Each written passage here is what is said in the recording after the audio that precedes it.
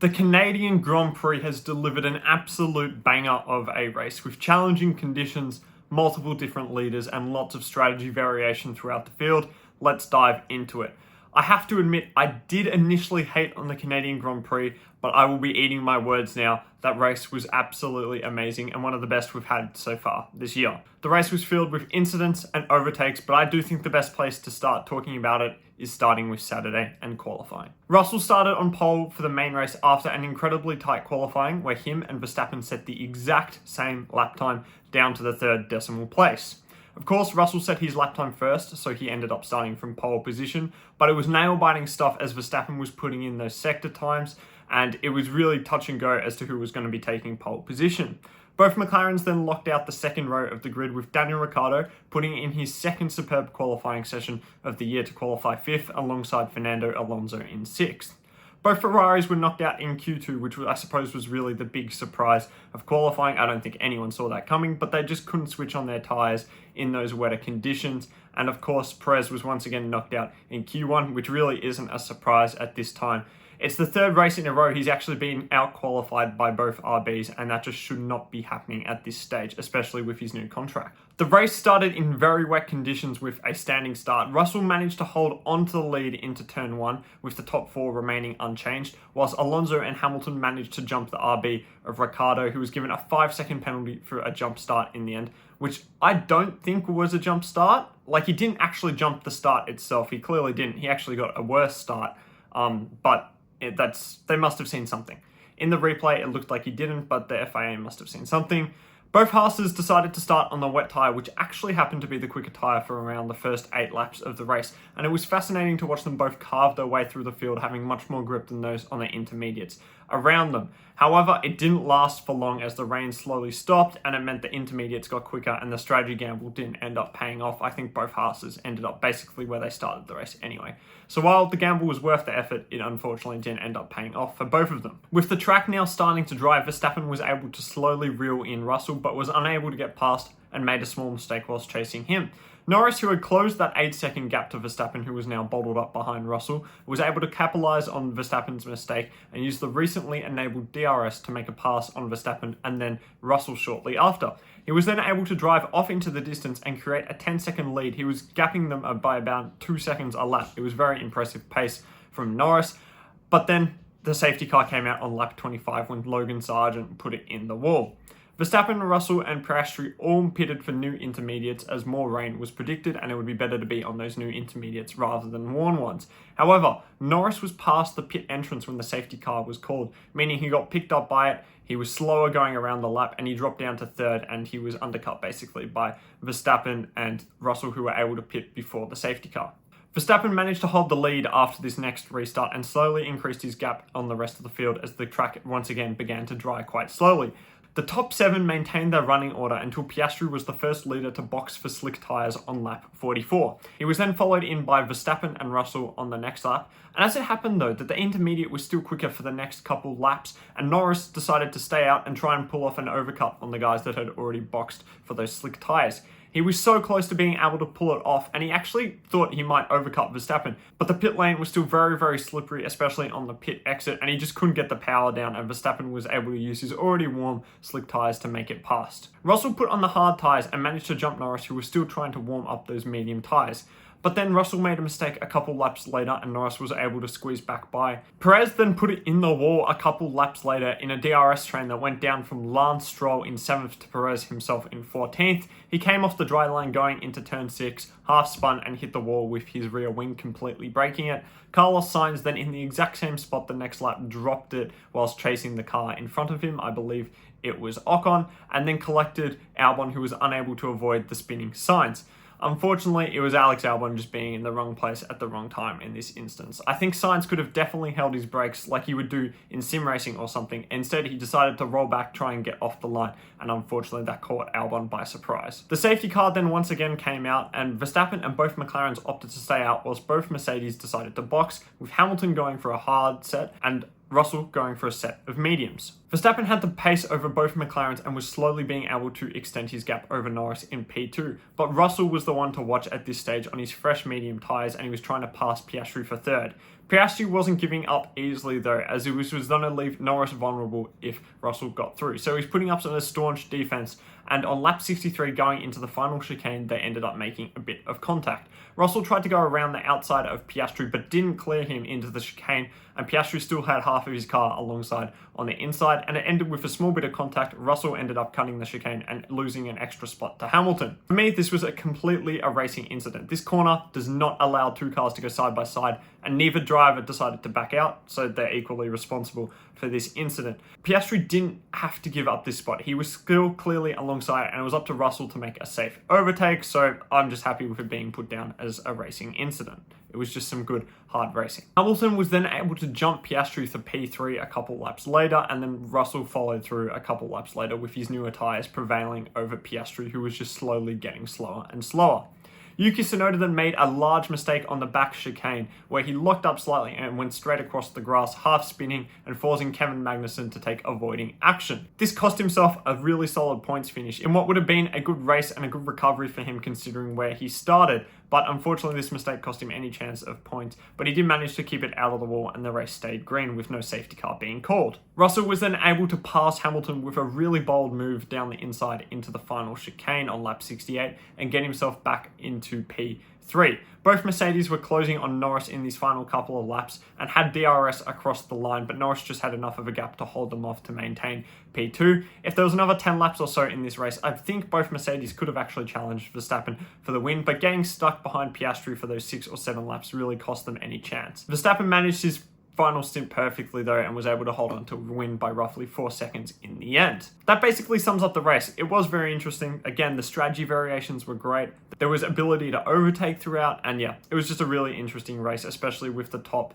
order shuffling around, just depending on who was fastest in what conditions. But let's go on and discuss the top 10 finishes now. Verstappen, of course, was in P1. He drove a strong race, and even when the Red Bull wasn't at its best, he was able to keep himself in a position to be able to challenge for the race win later in the race. It was just another classic Max Verstappen drive where he did everything he could and, of course, came home with the win. Norris came home in P2. He did extremely well to hold on to that P2 in the end, considering the pace advantage the Mercedes had.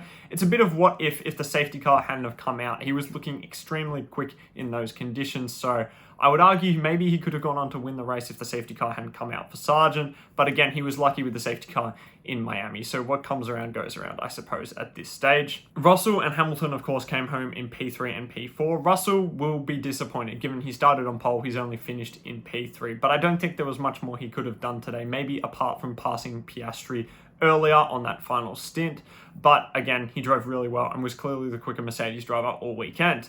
Hamilton called this weekend one of the worst race drives of his career, and whilst I wouldn't say it's his worst, it definitely wasn't his best either. He was certainly slower than Russell and is probably a bit annoyed he couldn't hold on to that podium position, allowing Russell to get back past him, but I think in the end he should be happy with P4. Piastri in P5 drove a very solid race. Once again, he wasn't quite at Norris's pace, but he still drove well. Being the second McLaren, he was always going to be susceptible to Mercedes attacking him from behind, but he should be happy with his solid performance. Both Astons then came home in P6 and P7 with Alonso leading Stroll. I don't really have much to say about both of them. They were pretty inconspicuous for most of the race, but it was a solid day for Aston and a good job to both of them for getting a nice strong points haul. Ricciardo came home in P8 after starting P5, and he should be very happy with this considering his race was very up and down.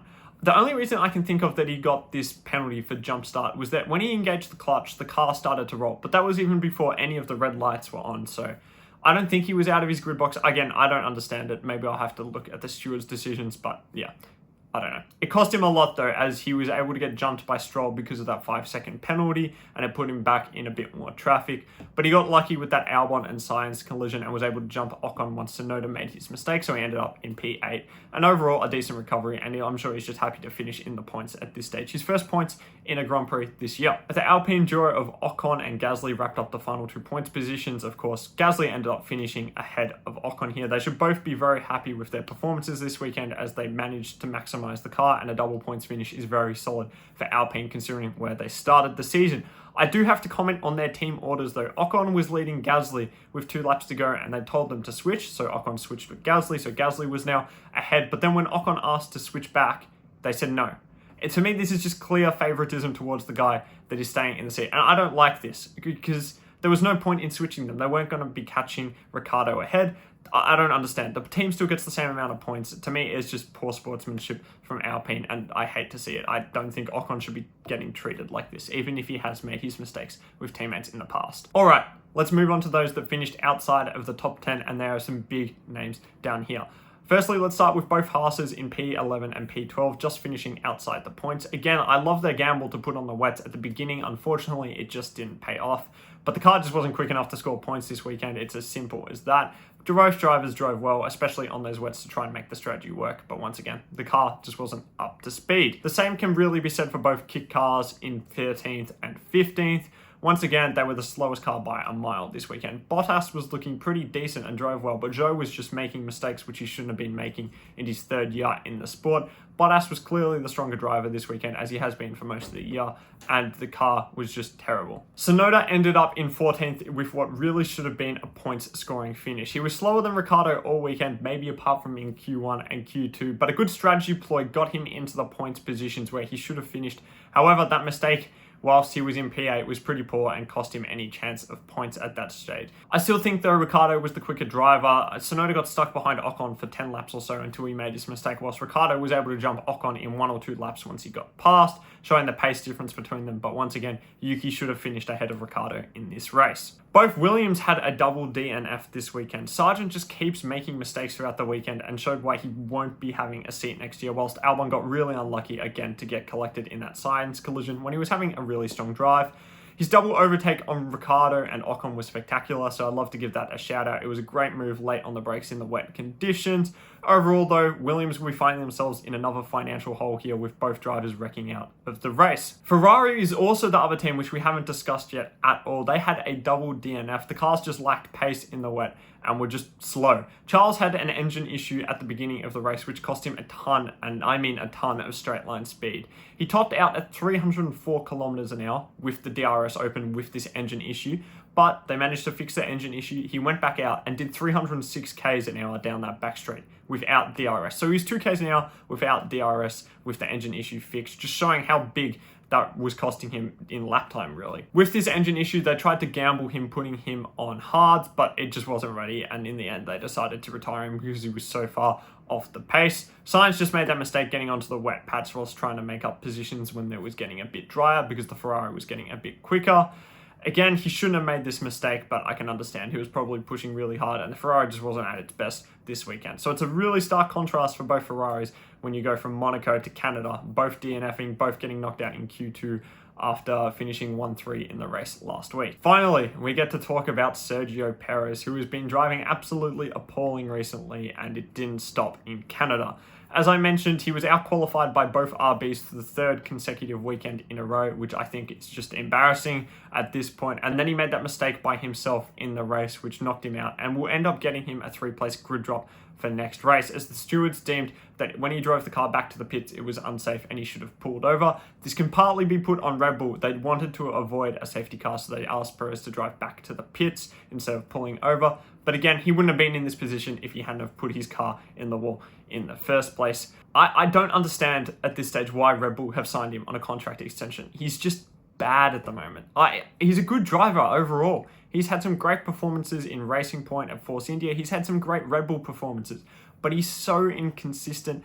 And when he's off, he is completely off. This shouldn't be happening in a Red Bull that won the race and qualified 2nd on the grid. It's just disgusting from Perez. I don't understand how he got a contract extension. I think that pretty much sums up the Canadian Grand Prix, though. I loved it with the mixture of strategies and changing weather conditions. I think I'd give it a really solid 8 out of 10. Definitely one of the best races we've had so far this year. Next up, we have Spain, which I'm excited for. Again, the chicane is no longer there, so we should be able to get some more overtaking, though. It is a cookie cutter circuit, so I'd expect Red Bull to be very, very strong here. There's not much curb riding here, and suspension plays less of a part. It's a very flat circuit, so Red Bull should be quickest, but you never know, I suppose. But most importantly, let me know what you would rate the race out of 10 down below in the comments. But thank you so much for watching, and have a great rest of your day.